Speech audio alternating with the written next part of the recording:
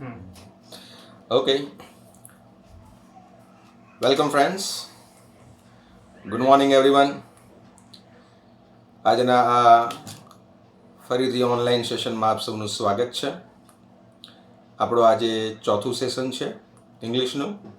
એક ટૉપિક આપણે પૂરો કરેલ છે એપ્લિકેશનનો. અપેક્ષા રાખું કે બધાને ફાવ્યું હશે. આજે આપણે બીજો ટૉપિક જોવાનો છે ઇંગ્લિશમાં, અને ટૉપિકનું નામ છે ઈમેલ. અને આ ટૉપિક ઓપ્શનમાં પણ પૂછાય છે, કે જેના ઓપ્શનમાં બીજો ટૉપિક છે પબ્લિક સ્પીચ. પણ આપણે પબ્લિક સ્પીચ ઉપર ફોકસ નહીં કરીએ, કારણ કે એમાં તકલીફ પડે, માર્ક્સમાં થોડીક તકલીફ થાય. માટે આપણે ઈમેલ જ કહીશું, કેમ કે ઈમેલ તમે લોકો જાણો છો પરિચિત છે અને સહેલું પણ છે. પરીક્ષામાં એનું વેટેજ 5 માર્ક્સનું છે અને સેક્શન ઈમાં પૂછાય છે. એપ્લિકેશન સેક્શન ઈમાં પૂછાતું 6 માર્ક્સનું, અને એ જ રીતે આ ઈમેલ પણ સેક્શન ઈમાં જ પૂછાશે. એનું વેટેજ છે 5 માર્ક્સનું. ફરી એકવાર કહી દઉં, આ ટૉપિક ઓપ્શનમાં આવશે. ઈમેલની ઓપ્શનમાં પબ્લિક સ્પીચ આવશે. પબ્લિક સ્પીચ લખવાની નથી, ફક્ત ઈમેલ જ લખવાનું છે. તો ચલો આપણે ભણીએ ઈમેલ. મિત્રો, આપણે શરૂઆત કરીએ એની પહેલાં હું તમને યાદ કરાવી દઉં, ઈમેલ એ તમારા માટે નવું નથી. ઈમેલ 11માં આપણે ભણી જ ગયા છીએ. આનો ફક્ત એક ફર્મો યાદ રાખવાનો, અને તમને ખબર છે ફર્મો કેવો છે અને કેવો હોય છે, શું કરવાનું છે અને શું નહીં. આ એક રિવિઝન સ્વરૂપે આપણે ભણવાનું રહેશે. હવે તમે જાણો જ છો કે ઈમેલ માટે આપણને સ્વાભાવિક છે કે તમને પરીક્ષામાં પ્રશ્ન આપેલો હશે. તમારી સામે પ્રશ્ન દેખાય જ છે. ઈમેલ લખનાર કોઈક ને કોઈક હોય જ. ઈમેલ કોને લખે છે એ પણ હોય. કયા સબ્જેક્ટ પર ઈમેલ લખેલો છે એ પણ હોય. જેમ એપ્લિકેશનમાં એપ્લિકેશન લખનાર હોય, જે તે સંસ્થાનું નામ હોય, સબ્જેક્ટ હોય, એમ ઈમેલમાં પણ ઈમેલ લખનારનો પણ ઉલ્લેખ હોય, કઈ જગ્યાએ લખે છે એનો પણ ઉલ્લેખ હોય, અને કયા સબ્જેક્ટ પર ઈમેલ લખે છે એનો પણ ઉલ્લેખ હોય. હવે તમારી સામે એપ્લિકેશનનો પ્રશ્ન મેં મૂકેલો છે, હું વાંચી જાઉં છું. Kinnari Patel writes an email to Snapdeal, online shopping site, requesting to cancel the order booked for the English grammar book. Draft an email giving all the details. પ્રશ્ન આપેલો છે. હવે મિત્રો, આ પ્રશ્ન વાંચતા આપણને 3 વસ્તુ મળી જ જાય. એક, ઈમેલ લખનાર તો છે જ કિન્નરી પટેલ. કઈ જગ્યાએ લખે છે, કોને લખે છે, તો સ્નેપડીલ, કે જે ઓનલાઈન શોપિંગ સાઇટ છે એને લખે છે. કયા સબ્જેક્ટ માટે લખે છે, તો જે બુક કરાવી હતી ગ્રામરની, એક ઓર્ડર કેન્સલ કરવા માટે લખે છે. આ પ્રશ્નને ધ્યાનમાં રાખીને આપણે ઈમેલ લખવાનો છે. હવે શરૂઆત કરીએ તો તમે જાણો જ છો, શરૂઆત ઈમેલ લખનાર કોણ છે એનાથી થાય. જેમ કે અહીંયા ઈમેલ લખનાર કિન્નરી પટેલ છે. હવે તમને પ્રશ્ન થાય કે સર, પ્રશ્નમાં તો કિન્નરી પટેલ છે, અહીંયા @gmail.com ને એ બધું શું છે? તો તમે જાણો જ છો, અને 11માં આપણે શીખેલા છીએ કે પ્રશ્નમાં ભલે નામ જ આપ્યું હોય, પણ ઈમેલ લખવાનો હોય તો આઈડી હોવું જરૂરી છે. ઈમેલ આઈડી હોવું જરૂરી છે. તો ત્યાં પ્રશ્નમાં કિન્નરી પટેલ છે, પણ આપણે અહીંયા જ્યારે લખીએ ત્યારે આઈડી સાથે લખવું પડે. હવે આઈડી તમે ગમે તે બનાવી શકો, yahoo.com છે, hotmail.com છે, પણ સૌથી પ્રચલિત જીમેલ છે, તો આપણે gmail.com લખ્યું છે. આ કમ્પલસરી છે. બીજી વસ્તુ, હું પહેલાં કિન્નરી કોને લખે છે એ પણ હું તમને બતાવી દઉં. સ્નેપડીલને લખે છે, પણ તો તમે જોશો મિત્રો કે સ્નેપડીલની પાછળ પણ મેં આઈડી મૂકેલું છે gmail.com. હવે અહીંયા શું ધ્યાનમાં રાખવાનું? પહેલું, આખું તમે જોશો આઈડી મેં કોઈ પણ સ્પેસ વગર સળંગ લખ્યું છે. એટલે હંમેશા ધ્યાનમાં રાખવાનું કે ઈમેલ આઈડી કોઈ પણ સ્પેસ છોડ્યા વગર નાના અક્ષરોમાં, કેપિટલમાં નહીં, સળંગ લખાય છે. ખાસ ધ્યાનમાં રાખવું. તો કિન્નરી લખે છે, સ્નેપડીલને લખે છે. કયા સબ્જેક્ટ પર લખે છે? તો request two cancel the order. આખું નહીં લખવાનું, ઇંગ્લિશ બુક ને એ બધું ટૂંકમાં લખવાનું, સમજનારો સમજી જાય. ડેટ લખવાની રહેશે. ફોર્મેટ જોઈ લો ડેટનો કેવો છે. 27th એપ્રિલ 2020 આ રીતે લખવાની રહેશે સાચા ફોર્મેટમાં. પછી ડિયર સર, મેડમ ને બધું લખવાનું રહે. હવે ઈમેલમાં જનરલી ડિયર વધુ પડતું વપરાય છે, તો આપણે ડિયર શબ્દનો ઉપયોગ કરીએ છીએ. એકલું સર લખો તો પણ ચાલે. હવે ડિયર સર પછી તમે જાણો છો આખો એક ફકરો લખવાનો આવે. હવે આ ફકરો જ એ જ આખું આ ઈમેલનું ધબકતું હૃદય છે. હૃદય આપણું જેટલું સ્વસ્થ, વ્યક્તિ એટલું જ વધારે સ્વસ્થ. એટલું જ આપણું શરીરમાં લોહીનું પરિભ્રમણ, સર્ક્યુલેશન એટલું જ ફર્સ્ટ ક્લાસ ચાલે. એમ ફકરો જેટલો સારો એટલું જ તમને માર્ક્સ મળવાની ગેરંટી વધારે.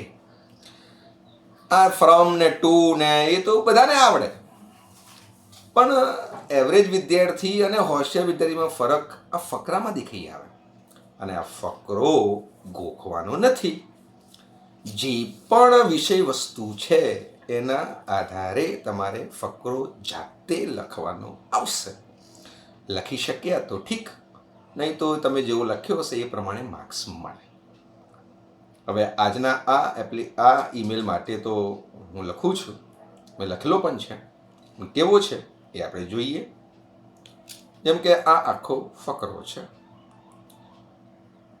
હું વાંચી જાઉં છું. I am a regular customer of your shopping site.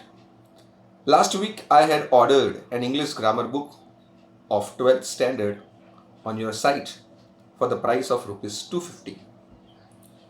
ટૂંકમાં તમે એવું કહેવા માંગે, આ ફકરો શરૂઆતની બે લાઈન એવું કહેવા માંગે છે કે હું તમારો ઓનલાઈન સાઇટનો રેગ્યુલર કસ્ટમર છું. આ એક શરૂઆત છે.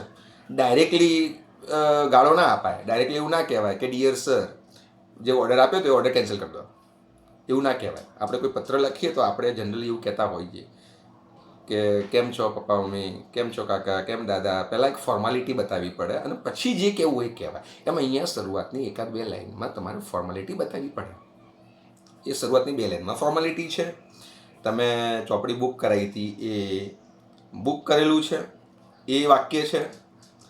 કેટલી કિંમત હતી એનો તમે ઉલ્લેખ કર્યો છે. હવે મિત્રો, તમે લોકો ઘણા બધા ઓનલાઈન આપણે બધી વસ્તુ મંગાવીએ જ છીએ, તો એમાં બુકિંગ આઈડી આવે.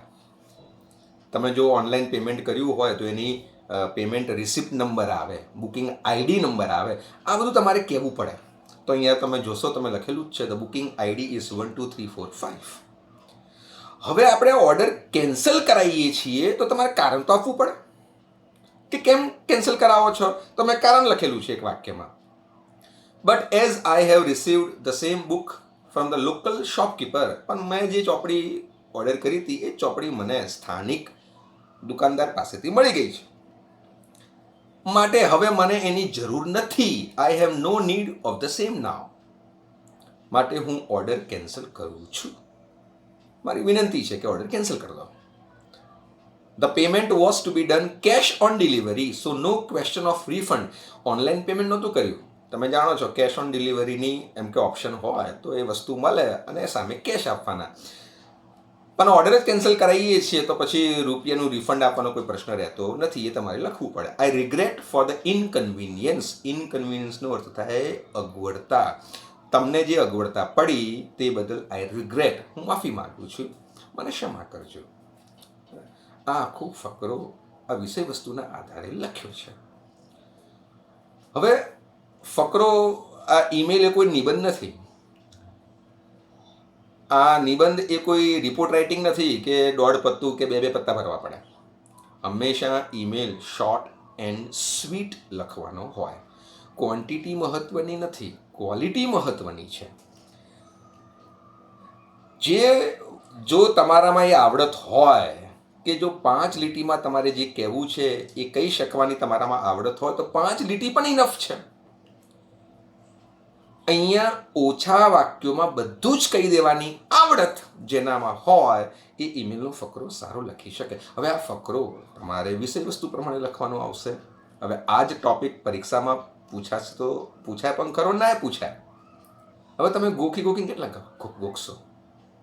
એટલે આ ફકરો ખાસ ધ્યાનમાં રાખવો. ફકરો ધ્યાનમાં રાખવો ઇન ધ સેન્સ, ફકરો જેટલો સારો માર્ક્સ એટલા સારા. ફાઇન. અને પછી તમારે છેલ્લે લખવું પડે કે ભાઈ મેં રિક્વેસ્ટ કરી છે, હોપિંગ ફોર એ પોઝિટિવ, તમે એમ કે હકારાત્મક એમ કે વલણ અપનાવશો તેવી અપેક્ષા. બરાબર? તો એવું એક વાક્ય લખવાનું રહેશે છેલ્લે. અને પછી થેન્કિંગ યુ કરવાનું રહેશે, આભાર વ્યક્ત કરવાનો રહેશે. છેલ્લે સિગ્નેચર કરવાની આવશે, યોર્સ ફેથફુલી. અને કોઈ ફેન્સી સિગ્નેચર નહીં, પણ ફક્ત નામ લખીને સિગ્નેચર કરવાની આવશે. આ આખો તમારો ઈમેલ છે. કેટલું શોર્ટ એન્ડ સ્વીટ છે. બસ એટલું જ કરવાનું છે. હવે અહીંયા ધ્યાન શું રાખવાનું? પહેલું, આપણે એપ્લિકેશનમાં અમુક વસ્તુ જમણી બાજુ, અમુક વસ્તુ ડાબી બાજુ, વચ્ચે ને એ રીતે આવતું હતું. અહીંયા તમે જોશો તો પહેલેથી લઈને છેલ્લે સુધી બધું જ ડાબી બાજુ હાસ્યને અડીને આવેલું છે. ઘણા મિત્રોને આદત હોય છે યોર્સ ફેથફુલી ને કિન્નરી પટેલ ને બધું જમણી બાજુ લખે છે. અને ધ્યાનમાં રાખવું, ઈમેલમાં કમ્પલસરી જે પણ લખો, from, to, subject, date, dear sir, thanking you, faithfully, sign, બધું જ ડાબી બાજુ આવશે. ફાઇન. હું અપેક્ષા રાખું કે કોઈ તકલીફ પડી નથી. ફરી એકવાર જોઈ લઈએ. પહેલું જ ફ્રોમ એટલે લખનાર કોણ છે તે, ટુ એટલે લખનાર વ્યક્તિ ક્યાં લખે છે એ, સબ્જેક્ટમાં જે પ્રશ્નમાં આપ્યો હોય તે, તારીખ લખવાની રહેશે, ડિયર સર એક ફકરો, છેલ્લે એક વાક્ય આભાર વ્યક્ત કરવાનો રહેશે, અને પછી સિગ્નેચર કરવાની રહેશે. આ એક સંપૂર્ણ એપ્લિકેશન કહેવાય.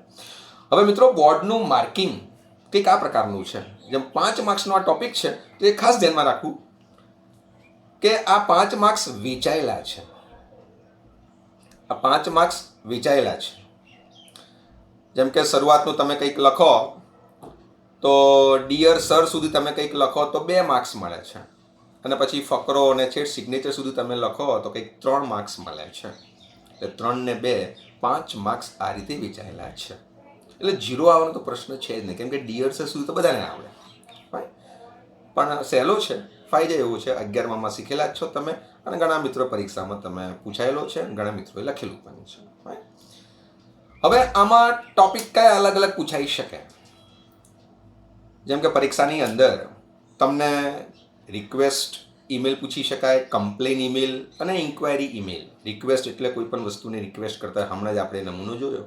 કમ્પ્લેન, ઘણી બધી ફરિયાદો માણસના જીવનમાં હોય છે. તમારા વિસ્તારમાં ગંદકી છે તો એની કમ્પ્લેન કરો છો, રોડ રોમિયો લોફરોની તકલીફ છે, તમે કમિશનરને કમ્પ્લેન કરો છો, પાણી નથી આવતું, પાણીની તંગી છે તો કમ્પ્લેન કરો છો.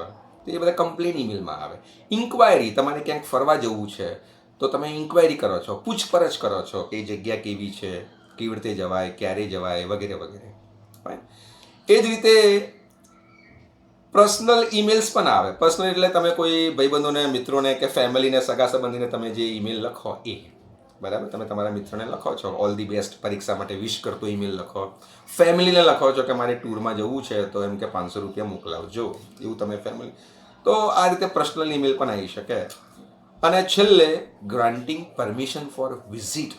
તમારે કોઈ સ્થળની મુલાકાત લેવી છે તો સીધું જતું ના રહેવાય, પરમિશન માગવી પડે. તો એ પરમિશન માગતો, ધારો કે તમારે મધુર ડેરી જોવા જવી છે તો સ્કૂલના લેટર પેડ ઉપર પરમિશન માગવી પડે, એ લોકો આપણને હા કે ત્યારે જવાય. તો એવા ઈમેલ્સ પણ પરીક્ષામાં પૂછી શકાય છે. આ વખતે બોર્ડમાં પર્સનલ ઈમેલ પૂછાયો તો, બરાબર છે, એટલે પરીક્ષામાં ગમે તે આવી શકે. અપેક્ષા રાખું કે આજે તમને આમાં કોઈ તકલીફ પડી નહીં હોય. Thank you. જતા પહેલા ફરી એકવાર સ્ટે હોમ, સ્ટે સેફ. ખુદને સાચવો અને પરિવારને સાચવો.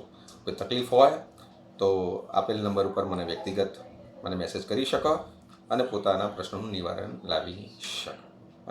ફરી એકવાર થેન્ક યુ.